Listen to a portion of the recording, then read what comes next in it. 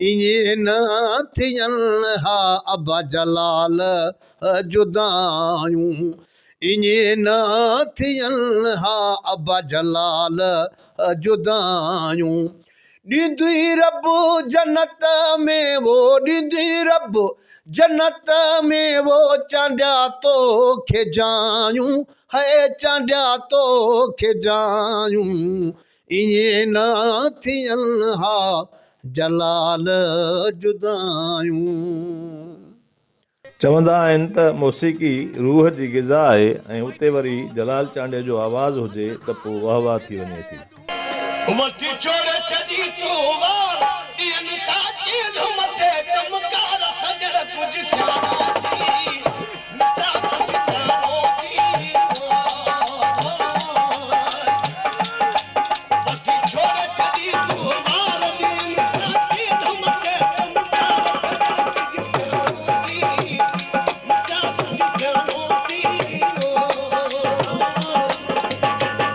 यकतारे चपड़ी जो बेताज बादशाह फनकार जलाल चांडियो 1944 ईस्वीअ में पैदा थियो।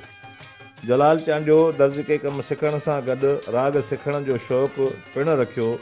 जी नाज़रीन, यकतारे चपड़ी जो बेताज बादशाह फनकार जलाल चांडियो जी 25वीं वरसी आहे ऐं उनखे 25 साल थिया आहिनि। उहो अॼु असां सां त गॾु मौजूदु न आहे, पर संदसि जो आवाज़ जेको आहे उहो हमेशह गूंजंदो रहंदो ऐं अॼु बि जेको आहे उनजो आवाज़ असांजे दिलनि में समायल आहे। असां सां गॾु सिंध जो नाले वारो रागी जिगर जलाल असां सां गॾु मौजूदु आहे। जिगर जलाल नाले वारे फनकार जलाल चांडे जो शागिर्द बि आहे ऐं उनजा पंहिंजा गीत बि जर्जंग मशहूरु थिया आहिनि। अचो त उन खां पुछूं था त हू पंहिंजे उस्ताद खे कीअं थो यादि करे, उन जूं सारोणियूं कीअं थो सारे। जिगर जलाल, इहो ॿुधाइजो त अव्हां जलाल चांडे जा शागिर्द आहियो, कॾहिं शागिर्दी वरिती ऐं अॼु उन्हनि जी जेके वफ़ात खे, शहादत खे 25 साल थी विया आहिनि, छा चवंदो उन? बिस्मिल्लाह रहमान रहीम। जीअं त उस्ताद बाबे जलाल साईं सां असां ज़िंदगी गुज़ारीसीं, छो त तक़रीबन 25 साल खनि थींदा त माना उस्ताद जो सां मां हुयुसि।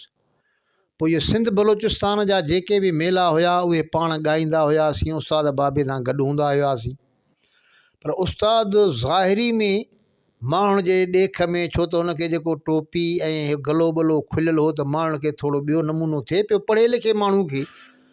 पर अल्हम्दुलिल्लाह उस्ताद हिकिड़ो जीअं फ़ुक़रा माण्हू हूंदा आहिनि, ईअं फ़ुक़रा माण्हू हो ऐं सखी मर्द हो। जलाल चांडे लाइ ॿुधायो थो वञे त हू मालवंद हो, तमामु घणो शौक़ीन हो, मींहं धारींदो, घोड़ा धारींदो, उन लाइ छा? बिल्कुलु, इहे उस्ताद वटि इहो असां पंहिंजे अखियुनि सां जीअं का शइ ॾिसबी आहे उहा ॾिठीसीं त माशा अल्लाह भला घोड़ा उस्ताद जलाल वटि, भला उठ धारियईं, भलियूं ॿकरियूं ऐं मेहन जा वाड़ा। पर वॾी ॻाल्हि तव्हांखे मां इहा ॿुधायां त जंहिंखे सखी मर्द सॾिबो आहे, ताणे 20-25 मेहन जा ढोर आहिनि, वाड़ो आहे, उहो वाड़ो मेहन जो जेको आहे उहो महिमाननि जे लाइ आहे।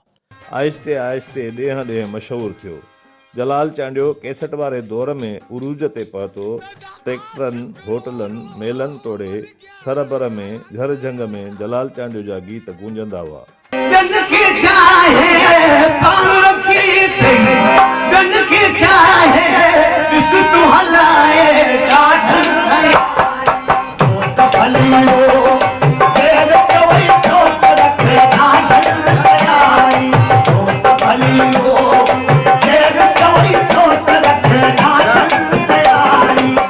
जलाल चांडियो लाइ अक्सर मशहूरु आहे त हू सादी तबियत जो हो, रुबदार तबियत हुई हुनजी, जेको चहिरो हो, वॾा शहपर रखंदो हो, टोप पाईंदो हो, अजरक पाईंदो, इहो उन जी छा ख़ुशूसियत हुई? साईं, इहो हिकिड़ो जीअं पंहिंजी सकाफ़त सिंध जी, जीअं सिंध जी सकाफ़त हूंदी आहे त उन सिंध जी सकाफ़त खे हुन अपनायो ऐं उहो ई यकतारो चपड़ी जेको दरगाह हुन ते हिकिड़ा फ़क़ीर वॼाईंदा हुआ, उनखे हिन एॾो रंग ॾेई ऐं पूरी दुनिया में ॾिसो त माना मुल्क हिकिड़ो अहिड़ो मजबूर माण्हू थी पिया।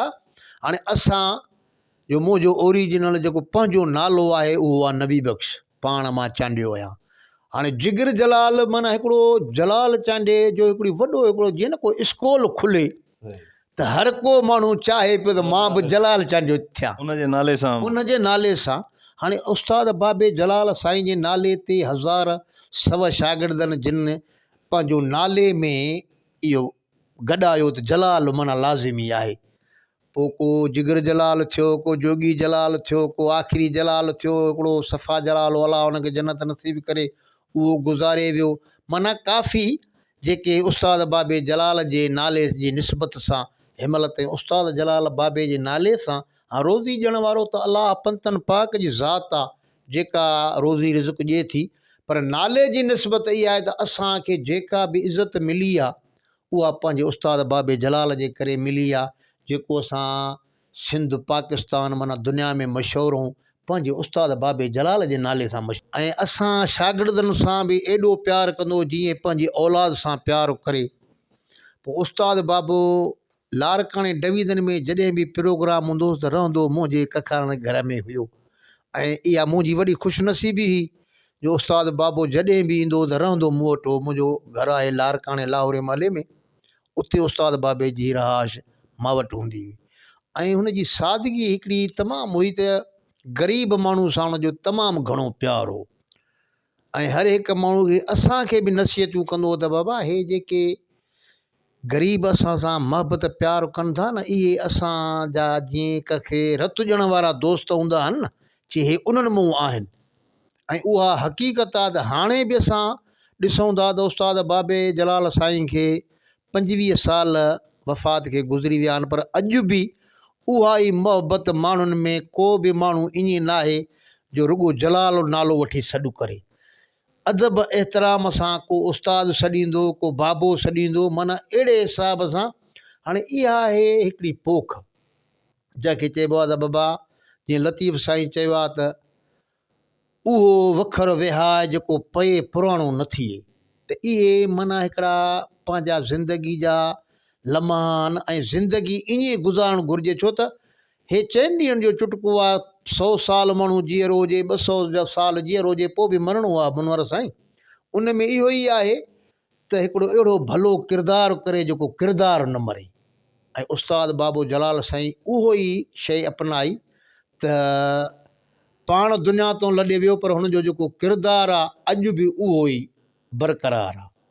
यकतारे चपड़ी तोड़े संदसि जे गले में एॾो त जादू हुयो जो रस्ते वेंदा बि बीही जलाल जा गीत ॿुधंदा हुआ। अक्सर करे महफ़िलनि में जलाल चांडियो ॻाइणु वेंदो हो त माण्हू नेशनल ऐं सानियो टेप रिकॉर्डर खणी जलाल चांडियो जा कलाम पिणु रिकॉर्ड कंदा हुआ। जलाल चांडियो तबियत में सादो, चहिरो रोबदार, वॾा छापर ऐं मथे ते सिंधी टोप ऐं अजरक पाईंदो हो। चवनि था त जलाल चांडियो नाश्ते में सरिहं जो साग, सिंधी कुकुड़, लस्सी, खीर ऐं मखण खाइण जो तमामु घणो शौक़ीन हो। अक्सर करे जलाल चांडियो ॿाहिरनि जे इलाइक़नि में घणो ॿुधो वेंदो हो। बक़रार रेडियो ज़रिए संदसि जा कलाम ॿुधी सुकून महसूस कंदा हुआ। जड़ी थई मस्त जुवानी तेरी रात सुहानी, जड़ी थई मस्त जुवानी तेरी रात सुहानी, बेहू यार कयूं प्यार छॾो वञा वञा। जलाल चांडियो राशिद मोराई, अली हसन बबर, अनवर कमराणी ऐं ॿियनि शाइरनि खे पिणु ॻायो आहे। जलाल चांडियो जा केतिरा ई शागिर्द आहिनि, जिन में जिगर जलाल, दिलशेर तीवणो, उर्स चांडियो, जोगी जलाल, आख़िरी जलाल ऐं ॿिया शामिल आहिनि।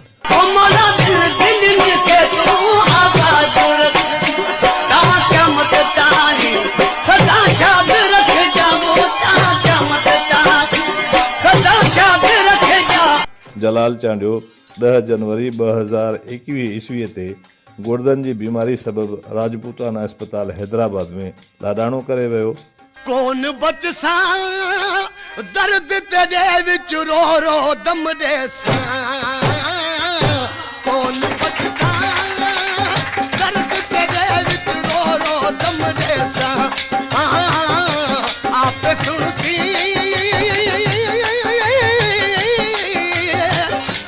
आप सुनती दिल टुट पोसी हिकड़ी मरदे सा।